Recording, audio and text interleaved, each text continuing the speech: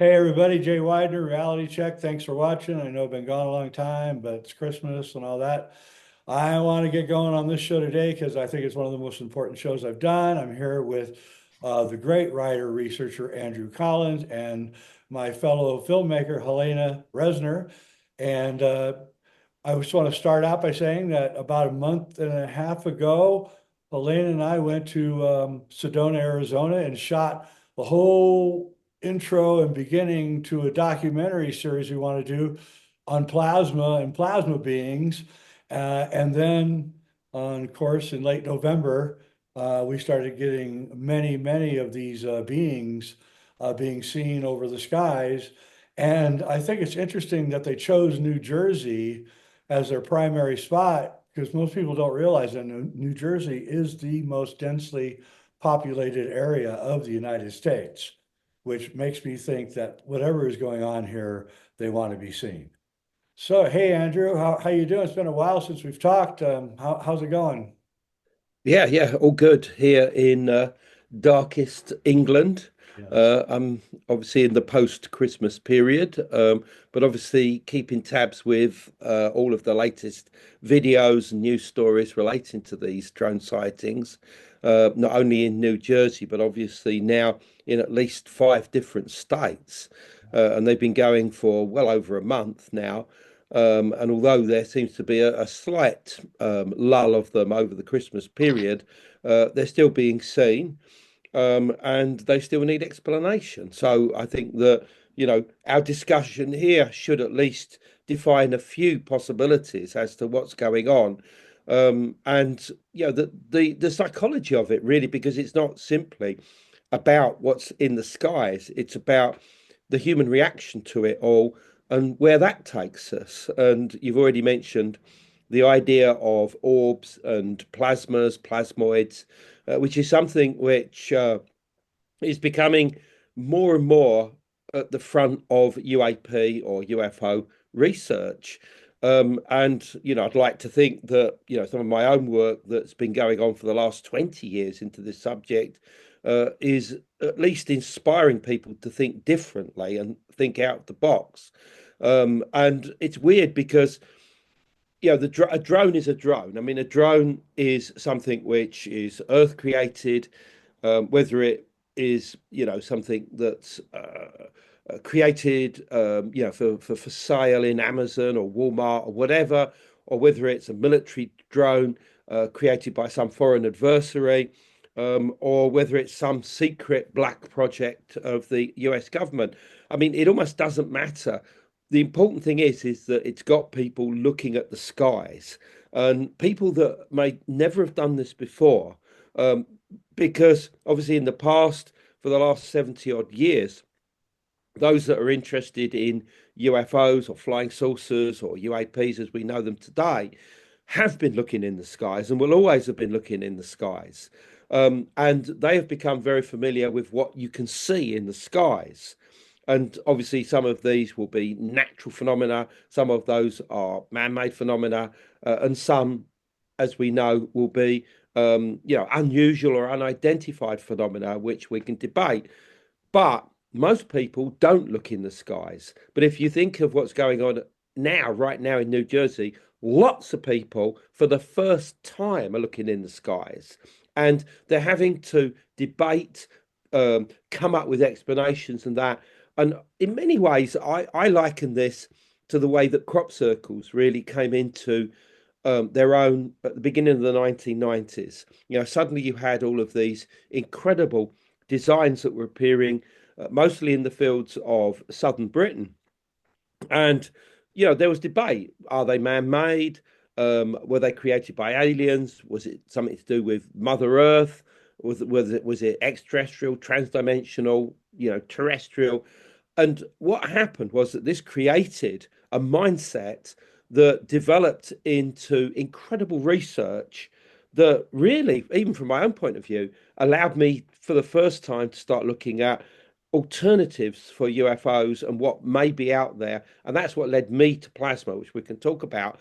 And I think that this is what's going on now with these drones is that, yes, of course, there are explanations, maybe for as much as 95% of these drone sightings. But what's important is the way people are now thinking about them. And I think that's what we need to discuss. So what do you say, Helena? Well, yeah, it seems to have started in New Jersey, this mass hysteria. Now it appears to be all over the United States in particular.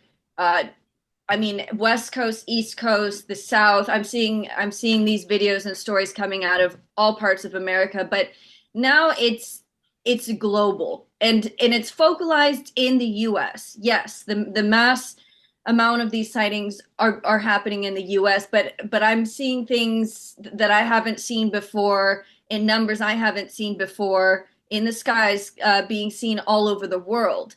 Now, obviously, you have technological devices that are unfamiliar that are being called drones. And in my opinion, the most likely thing that would be created by our own government or our own military, not um, some technology that we're not yet aware of, but I believe they're ours.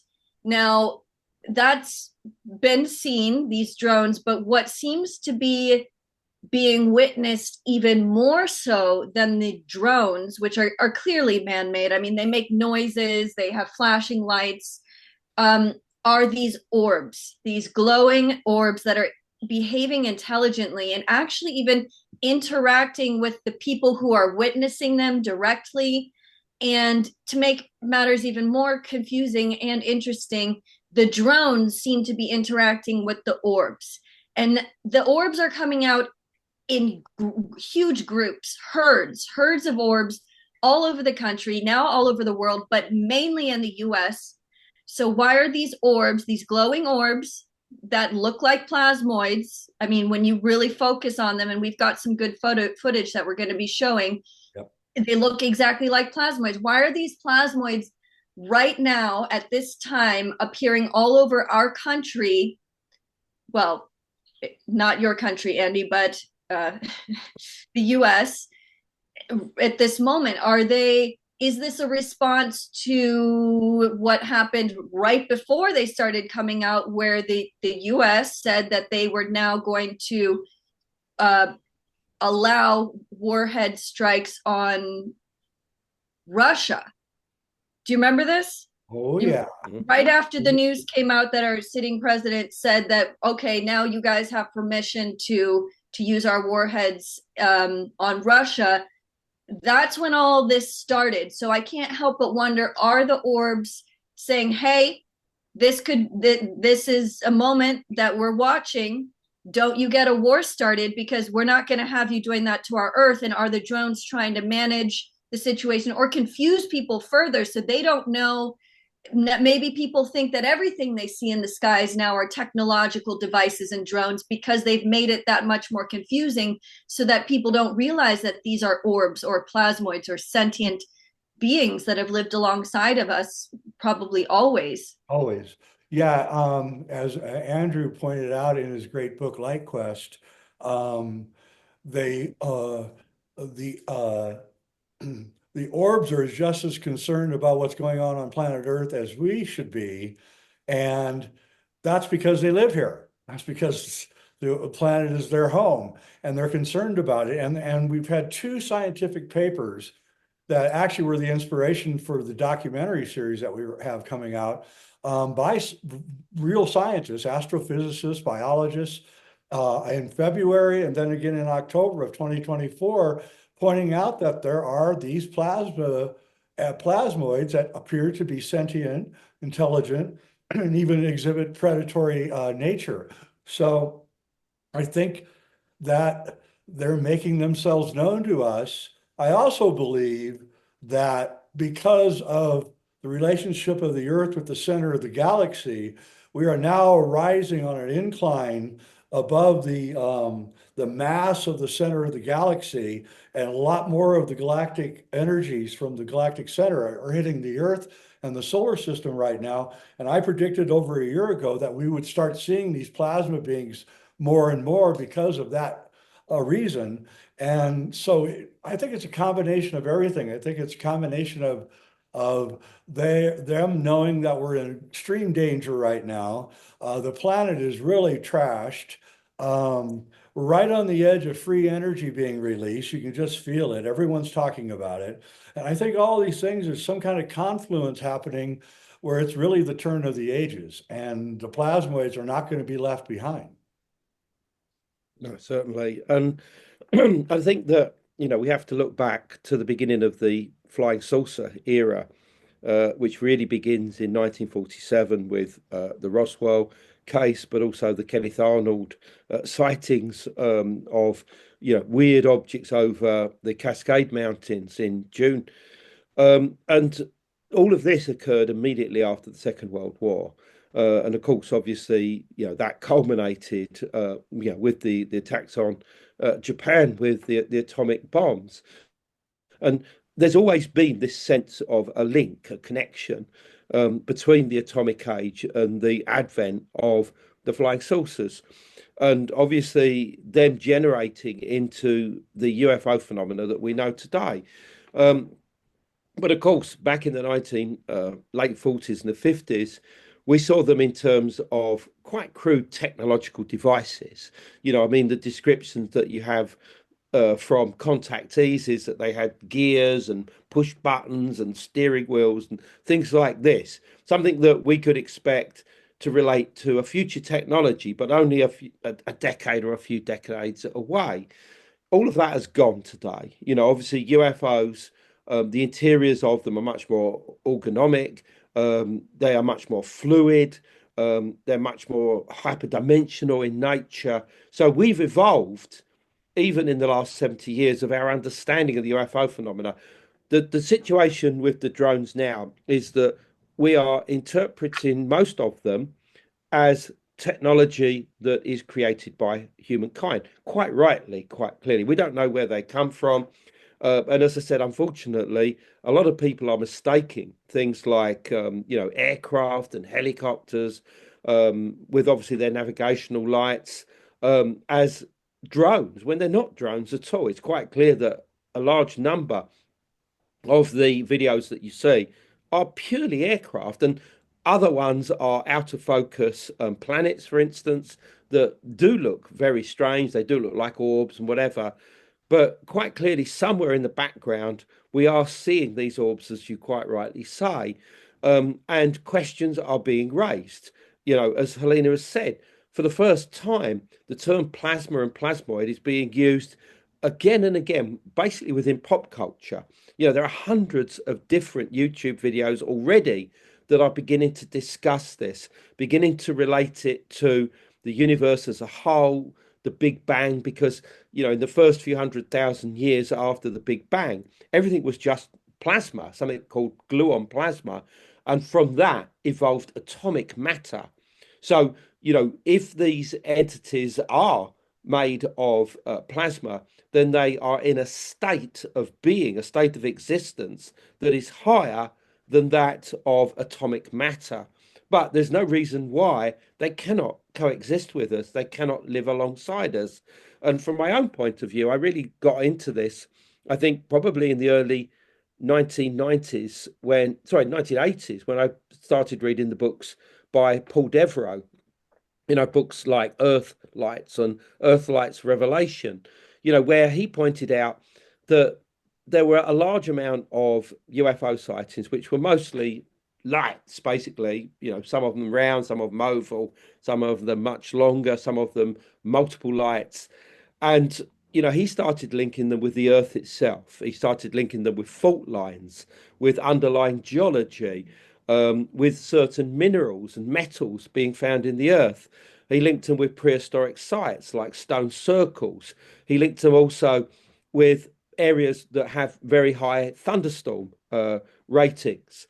And that he basically said that in his books that all of this is related together. Quite clearly, we're dealing with a phenomena that manifests and has patterns in its manifestation. But what comes with it is the fact that these plasmoids are themselves intelligent. They act intelligently. They have sentience. They play with us. They evade us. If you start going out into the desert and start to track them, like at Martha, for instance, in Texas, you'll go towards one, it will disappear, and you'll turn around and it's suddenly behind you. You go towards that one, it will disappear, and it's appearing there. It plays with humanity. And what Paul Devereux eventually concluded is that these orbs, these plasmas have been with us since the beginning. This is not something that began in 1947 at the beginning of the flying saucer craze. They've been with us forever. They are entities, they are beings, probably proto-biological in nature that have been with us since the beginning. And yeah, they do care about what happens to the earth, because the earth in many ways is their way of manifestation into the three different states of matter that we know and love, solid, liquid, and gas. That's how they're able to manifest into our world and interact with humanity. If you blow that up and get rid of it, then quite clearly they cannot manifest. So there's every reason why they would be interested in what humans do on Earth. This calls into question the whole alien thing. Are there really aliens? I mean, I'm sure there are aliens. I'm sure outer space is filled with different creatures and species, but have we been interacting with actual aliens, or have we been interacting with these plasmoids? Well, I think it's both, really. I mean, yes, we are dealing with aliens. If we see aliens as extraterrestrial visitors, I mean, Carl Sagan, as early as the 1960s, wrote a paper saying that it was inevitable that we have been visited by extraterrestrials, throughout human existence, and that we should start looking in things like ancient Sumerian texts for evidence of this. I mean, these were ideas that gave Zachariah Sitchin, his own theories relating to the Anunnaki or whatever, being space beings coming from another planet. This was what Carl Sagan concluded. So if he said this, I think that we should seriously look at this a possibility. We know that there are countless billions of stars and galaxies that have infinite amount of planets. There's no reason why intelligent life cannot exist on them. But the bigger question is, how does it interact with the Earth and humanity? And I think that plasma itself can be shown to have an extra dimension of space. I mean, various papers have been written about this. I quote this in the book Origins of the Gods that I did with Greg Little, that suggest that plasma environments have an extra dimension of space.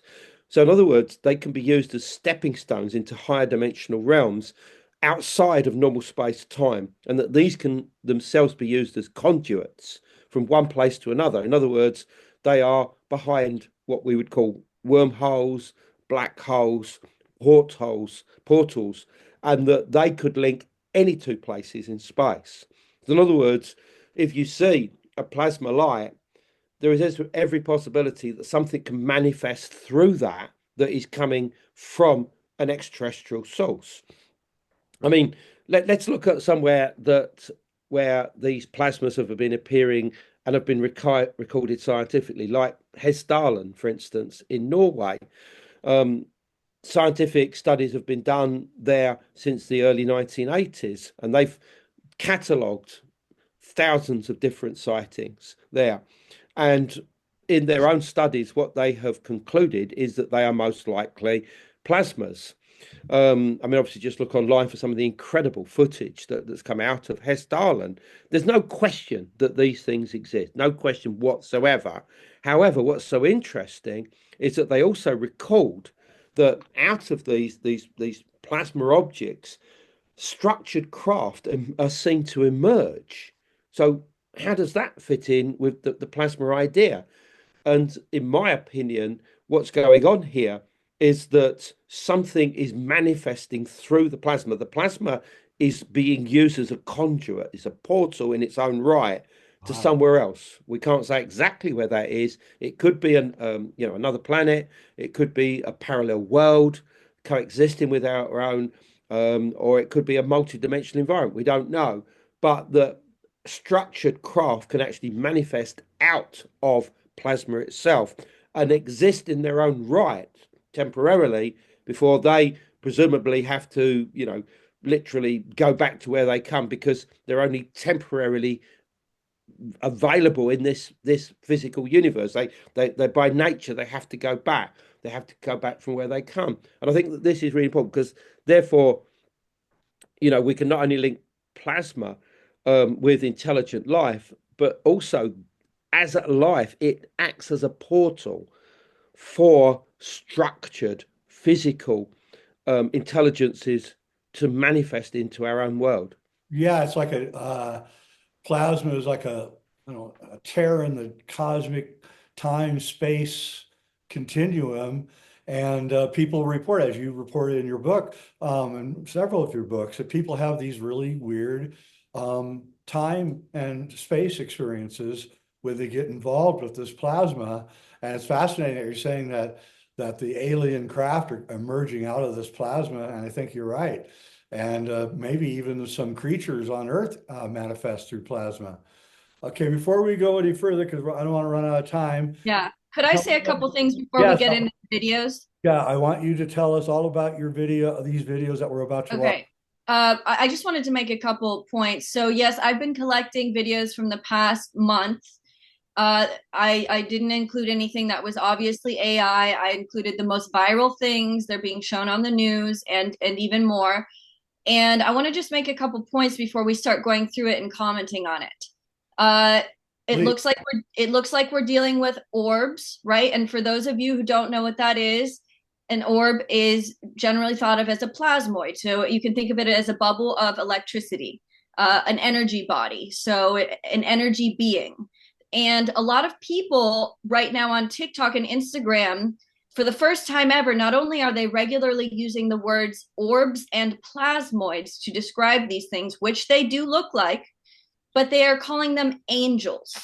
So many people right now are calling them angels. And I can't help but wonder if these orbs are exactly the same thing as what our ancestors were calling angels. We know that they are the same thing that our ancestors were calling fairies.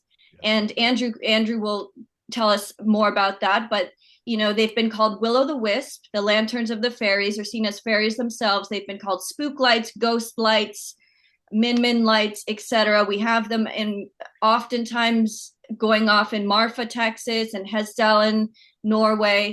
But beyond the plasmoid event, which they're coming out in mass more than ever this past month, we do have the technological, maybe black ops drones going on. And I do want to just mention a couple things about that. They started up around Princeton Plasma Lab in New Jersey, all in that vicinity around that plasma lab. And what that plasma lab is doing is not only creating plasmoids, but creating a spinning toroidal field of plasma. And if you think about it, that seems like what a wormhole would be. I mean, a wormhole has plasma in it because plasma is multidimensional. So that's why it can work as an energy body for other creatures and intelligences from other realms, because it's multidimensional, so it can work as a conduit between dimensions or layers of existence.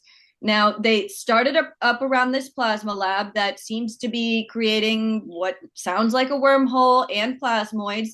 And now the drones, the technological devices, are swarming our military bases. And Wright-Patterson Air Force Base had to be shut down because of how many unidentified drones were hovering above it just the other week. And I mean, they are very interested in the military bases, but the orbs are being seen wherever the drones are being seen. So whatever the drones are up to, the orbs are involved with it, is my opinion on the matter. It almost looks like they're having a war or something between them. Well, they're definitely watching out and saying, hey, we're watching what you're doing, is what I'm sensing. Yeah, wow, that's really, really exciting. So I don't know if I can do this. I'm going to You guys can keep talking while I try to figure out how I'm going to show all these to you. Andrew, would you connect the orbs to fairies briefly for us while he pulls up the videos? Yeah, I mean, if these orbs have been with us since the beginning, then we have to ask, how did the ancients, view them? And I think if you go all the way back to, let's say, Paleolithic times, tens of thousands of years ago, they were probably seen as the spirits of the ancestors. They were seen as the spirits of the animals that they would have killed in the hunt, coming back and connecting with them.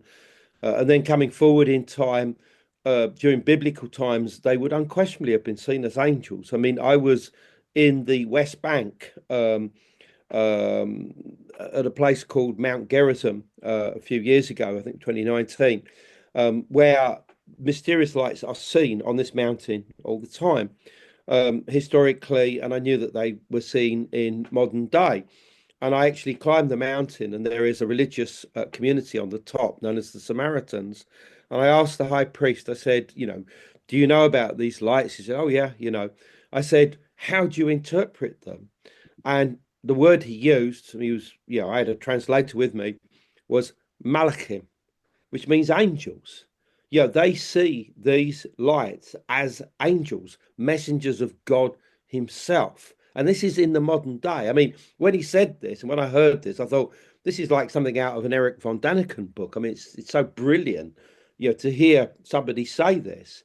But coming into, let's say, Europe, the lights have been associated with everything from fairies to demons to angels to Christ himself. I mean, there are accounts where orbs are seen that have the ability to manifest into something else. And this has included the manifestation of Christ himself. And people that come too close to these orbs are then transported literally into the kingdom of heaven. They're abducted, I suppose you could call it that, but they are transported, if you want to look at it in a more pleasant manner, to an environment that they see as heaven itself. And then they are put back down, and then they see the light going away from them. So that's the other important thing about them, is that if you get too close to them, weird things can happen. Not only will it affect your bodily systems, not only will it affect the brain, but it can also allow you to enter into what we call bubble universes that are temporarily created by the electromagnetic fields of these orbs that will quite literally present almost what you expect to take place during them. And this can include going aboard a spacecraft, in other words, the classic abduction or missing time experience. But this is a discussion maybe for later. But, in other words, these are not just intelligent orbs, but they have the ability to totally interact with us and present and give us experiences which we would expect to see or encounter under such circumstances.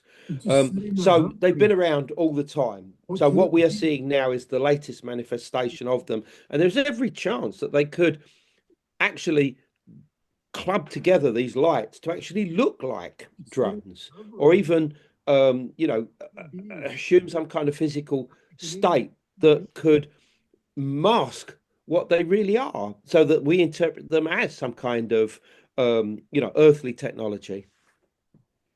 So Jay, organized those videos from one onwards in terms of the most important to the least important. So you can just start with one and move forward. And I'll just insert that the great Jacques Vallée wrote that, these modern day abduction scenarios are very similar to what people what people explained they had experienced in the past with fairies and entering the fairy realm and interacting with fairies, almost to the point where it's uncanny. The surgeries and procedures were involved. Am I right there, Andy? Sort of. I mean, certainly there are elements that are in similar with modern UFO abductions, going into brightly lit rooms, being examined by the fairies. But for most of the time, when people entered into these mysterious lights that would suddenly appear, let's say on routes that they would normally take across fields, for instance, or in woods, they would enter into a realm where the fairies would be doing what you would expect fairies to be doing, like dancing and singing and eating food and whatever. And the person Oh, look at that this. enters into that environment would also start dancing with them. And either they would come out of their own accord or be pulled, literally pulled out of that light by a friend that had seen them go missing. And time would have gone, time which, according to the folklore accounts, could be anything from a year to 100 years. Now, clearly, this is an exaggeration, I would say, of the idea of missing time when you come too close to these lights, to these objects. But it's the same type of phenomenon, unquestionably. And well, it seems eerily similar to the modern day abduction scenario. It And is the same thing. Yeah. in these bubble universes, these fairy realms, I'll just leave it at it. Most of the time, they were connected to fairy rings, which is, a circle of mushrooms or dark colored grass where there is there's a weird energy inside those fairy rings. Andrew and I went in and explored one that almost had me fall on my knees. It was so intensely energetic. And with that said, Jay, how are we going on the videos? I don't know. I'm trying to share a screen, but it doesn't seem to be working. Let me try again. Well, we can just keep talking while you figure that part Yeah, out. keep talking. But no, I do remember, Andrew. Maybe it wasn't in a Jacques Vallée book, but it was in a Graham Hancock book. I think it was his book Supernatural, where he was explaining that allegedly, throughout history, people were reporting accounts of the fairies actually doing medical procedures on them. And Yeah, no, definitely. Yeah. and that does Yeah, remind me a absolutely. lot of, the modern day abduction scenario. It seems like what people were calling fairies in the fairy realm, those interactions are probably the exact same thing as what people are calling ETs and having ET abduction or missing time experiences today. That's Absolutely. Yeah. that's Yeah. interesting because I had a friend who was a long he was an Iron Man. They run 50 miles and they swim across a lake and they do all this crazy stuff. And he was super athletic, but he noticed that his times were dropping and he was worried about it. And he had a dream, and one night, these beings, plasma beings, came into his bedroom while he was sleeping, and they opened up his chest, and there was a black spot on his lung, and they put their hand over the black spot, and it went away, and then they closed his chest again, and he got back his health again. So I think there is something to this, where the plasma beings are being attracted to people that need help. That's weird. I mean, how many times have we heard people like calling in the plasma beings, like they can hear them, you And know? right Yeah. now, the plasmoids seem to be thinking we might need their help or at least their supervision potentially, are my thoughts. I agree with that, actually. I think that's what's going on. I think that we need their help and they're coming to help us. I think the United States has alarmed them, and that's why they are swarming this country and the drones along with it. I think the drones are just a side effect of the orbs that are being seen in mass right now. So you guys can't see this drone footage I have up, right? No.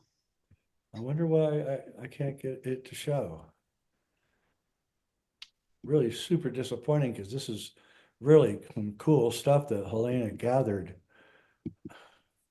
Yeah, we have drones interacting with orbs and disabling them in there. Really Uh, fascinating. but yeah, all of a sudden this month, for some reason, the month of November 2024, the whole world is being alerted to the existence of orbs and plasmoids, and even going so far as to call them angels, which, if this turns into a religious thing, I don't know if that's probably not going to be very helpful to everyone right now, but maybe it will be helpful actually. Well, Um, here's what I'm going to do is I'm going to I can't share these videos. I don't know why. So what I'm going to do is we're going to carry on our conversation, and then I'm going to make a special right after this once I figure out my problem, and I'm going to show all the videos. So in a row. So let's continue the conversation because it's still a great conversation, and we will show you the videos. I just am a technical fumble bum and I can't figure out what's going Okay. on. I mean, do you want to try and sort it out and we can reconnect in 10, 15 minutes or something? Yeah, we can try Would that that. be easy? I mean, I'm okay on time. I Yeah, can, So if we can comment on them as we go, that would be it would be good, pretty yeah. pretty cool, because especially pretty that good. one where the plasmid response to Jesus and God. I mean, there's some Oh, things that one's to talk, amazing. there's some things to talk about in there That's that are clearly Yeah, a yeah. plasmoid too. yeah, and Okay. that Well, was just a couple weeks ago. That's all amazing. right. Well, why don't you sort that out and come back to me? How can we just send me a message, all right? All right, I will send you Because cancel that, out here, I folks. mean, it should be Everybody, easy enough to thanks for do. I mean, watching, and we you will just be got to back. share share the files. Obviously press share, and it should, It's not come working, so through I have to figure it basically. out. I'll have to probably get on Google and figure out what I'm doing wrong. And Yeah. I will send Otherwise, you guys maybe. a notification, probably Yeah. less than 10 minutes. All right. Okay. All right. Okay.